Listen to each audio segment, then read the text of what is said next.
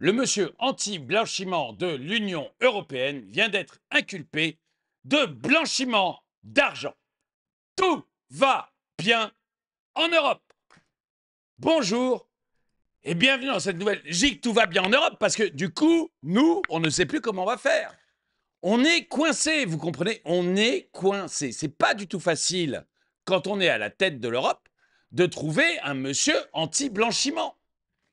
Et je dis ça en connaissance de cause parce que nous, de l'argent à blanchir, on en a des wagonnets, mais des wagonnets. Pensez à tout l'argent des vaccins Pfizer. Pensez à tout l'argent que l'on a donné. Ah, ça me fait toujours rire. Donné à l'Ukraine. Pensez à ces milliards détournés uniquement pour tout ce qui est le système informatique, les pots de vin, les machins. On a de l'argent à blanchir. Notre monsieur anti-blanchiment vient de se faire choper pour blanchiment d'argent. Ça nous met vraiment dans la panade. Ça nous met vraiment dans la panade, nous, à la tête de l'Europe. Pourtant, on avait déjà eu du mal à le trouver. Hein, je vous fais un peu l'historique. Au début, on en avait trouvé un super, un Français. Il s'appelait Cazeneuve. Malheureusement, il s'est fait griller. Mais on était à ça de le prendre chez nous. Hop, il se fait griller en France. Alors on l'appelle, on dit François, qu'est-ce qui se passe? Qu'est-ce qui se passe? Je suis désolé. Je suis désolé, je me suis fait avoir. Pas de chance. Pas de chance. Bon, mais est-ce que tu as quelqu'un à nous proposer? Est-ce que tu as quelqu'un à nous proposer pour le poste de monsieur propre en Europe? Il dit oui, oui, oui, oui, j'ai un copain. C'est la même langue, c'est bien, il parle français. Il s'appelle Didier. Il s'appelle Didier Reinders. Il sera très très bien pour le poste. Alors on a cherché, on a cherché dans les dossiers. Didier Reinders. Il a été ministre des Finances en Belgique. Déjà, ça commence bien. Comme Cazeneuve. Donc déjà, on s'est dit, hop, il marque des points, le bonhomme. Ministre des Finances en Belgique. On a regardé. Commissaire européen à la justice. Est-ce qu'on peut faire plus propre sur soi que ça? Commissaire européen à la justice, ministre des Finances belge. Eh ben oui, on peut faire encore mieux. Sa femme est juge. Nous, c'était merveilleux parce que c'est à la fois la garantie d'un homme très très propre sur lui qui a l'air extrêmement moral, tout en étant absolument pas moral. C'était merveilleux, c'est ce qu'il nous fallait à la tête, le monsieur propre de l'Europe, ça devait être lui. Je peux vous dire que quand on a cité son nom, Ursula faisait des petites bonds. Elle a même fait un petit pipi de joie. C'est vous dire à quel point on était content. Tout le monde à la commission se disait mais merveilleux, on a la poule aux œufs d'or, ça y est, on peut lancer la blanchisserie. Bref, il arrive et voilà Tipa qu'il se fait gauler. Parce que c'est pas tout de détourner de l'argent, d'avoir des pots de vin, d'avoir des dessous de table, d'être corrompu. Non, c'est pas tout. C'est que quand vous avez récolté 700 000 euros en liquide, bah, il faut savoir les passer. Parce que, bon, ok, on a la vice-présidente du Parlement qui, elle, avait une technique un peu simpliste. Elle gardait tout l'argent en liquide dans des valises dans son appartement. C'est simpliste parce qu'elle s'est faite gauler aussi. Et forcément, elle est allée en... Ah bah non, non, enfin non, elle n'est pas allée en prison, mais elle s'est faite gauler aussi avec tout cet argent. Donc, il faut trouver d'autres solutions. Vous ne pouvez pas, et ça, je dis ça à tous les petits malfrats, vous ne pouvez pas garder des énormes sommes comme ça en liquide chez vous.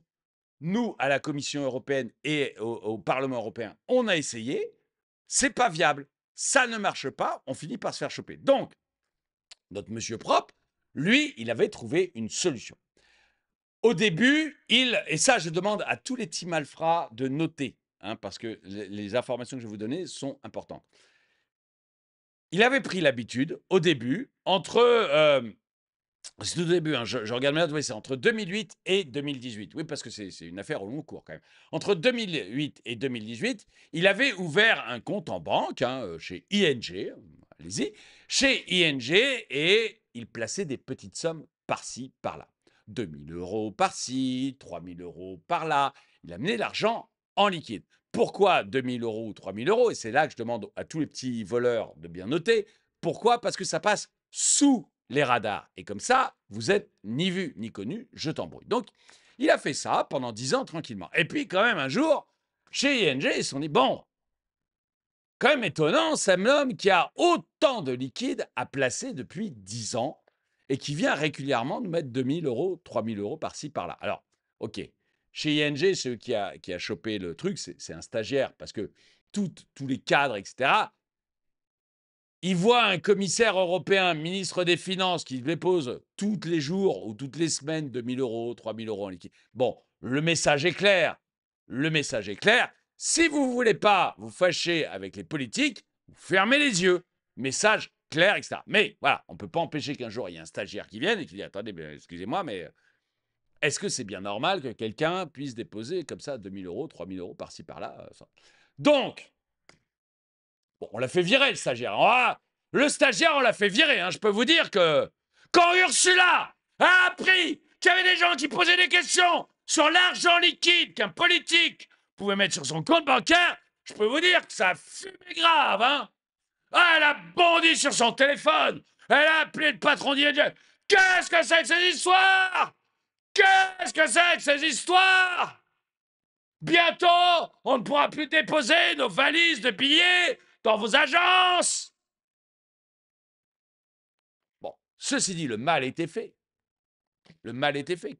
Donc, il a fallu trouver une autre technique à partir de 2018. Et c'est là que le coup de génie est arrivé.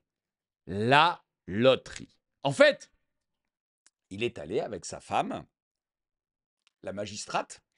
Ils sont allés tous les deux régulièrement acheter des billets de loterie. Tout simplement. Hop, un petit billet par-ci, un petit billet par-là. Mais en fait, voilà, toujours dans la même station-service qui n'était pas trop loin de chez eux. Et ils ont tout le temps acheté des billets de loterie. Et puis de temps en temps, bon, bah, il y avait un gain, parce que quand vous dépensez beaucoup d'argent en billets de loterie, vous finissez par avoir un gain. Ils allaient voir, oh, regardez, monsieur le fisc, 50 000 euros, hop, en liquide, j'ai gagné, je peux le faire. Et puis le billet, vous pouvez le sortir 2-3 fois, c'est pas très grave, c'est moins regardé. Donc en fait, il a commencé à faire comme ça. Le problème, là aussi, il y a eu un souci. C'est que quand même, à un moment, la loterie nationale belge s'est dit, il y a quand même quelque chose de bizarre.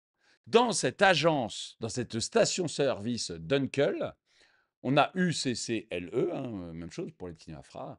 Et dans cette station de service, on vend un nombre de billets de loterie totalement délirant. Il se passe quelque chose dans cette station de service, c'est pas possible. Et du coup, bah, ils sont allés enquêter. Et ils se sont aperçus que c'était M. Reinders et sa femme qui achetaient des billets, mais en masse, dans des proportions absolument dantesques. Et ils sont allés prévenir la police. Ils sont allés prévenir la police. Résultat, Didier Reiners, notre monsieur propre belge et européen, se retrouve en prison. Il est inculpé. Entendu une seconde fois par la justice, Didier Reiners a notamment été inculpé de blanchiment. Ses explications sur l'origine de son argent liquide n'ont manifestement pas convaincu le juge d'instruction. Son explication était claire. C'est pas la Syrie. Vous voyez, je veux dire, quand l'explication est aussi nette que ça, c'est pas la Syrie. Il a dit, ah bah ok. Mais le juge, il a eu un doute. Alors, il a voulu creuser, mais qu'est-ce que c'est exactement? C'est le loto. Autant dire que ça n'a pas convaincu le magistrat. Bon, ce qui est rigolo, c'est que sa femme est aussi rentrée chez le magistrat. Elle, vous savez, elle est ex-magistrate à la cour d'appel de Liège, me semble-t-il. Et le magistrat a posé la question. Écoutez, madame, vous avez dépensé 200 000 euros au loto entre 2018 et 2022. Vous et votre mari, vous êtes les deux plus gros joueurs 10 billets de la loterie nationale belge depuis sa création. Comment expliquez-vous votre fortune? Elle a dit, c'est le loto. Elle, visiblement, on l'a cru. Elle est sortie, elle n'est pas inculpée. Comme quoi, être magistrate, quelquefois, ça permet de s'en sortir un petit peu mieux que d'être ministre. Tout cela pour dire que nous recherchons actuellement à la Commission européenne un homme ou une femme, nous ne sommes pas sexistes, pardon. Par contre, on veut une personne qui ait deux énormes qualités. D'abord, une apparence de probité absolument nickel, tout en étant un véritable enfoiré. Envoyez vos candidatures à Union européenne, directement à Ursula von der Leyen, dans son bureau, parce qu'elle tient réellement, cette fois-ci, à faire le bon choix. Merci d'avoir regardé cette vidéo. Mettez un pouce vers le haut, commentez, partagez. Merci à tous. Ah oui, pardon. On a un petit peu peur aussi pour notre monsieur anti-pédocriminalité. Donc, on va dégager Marc Dutroux et le poste s'avère vacant. Si vous connaissez quelqu'un qui a acheté récemment des poupées Shine à l'effigie de petits-enfants, ça serait bien de nous l'envoyer. Bonne journée à tous.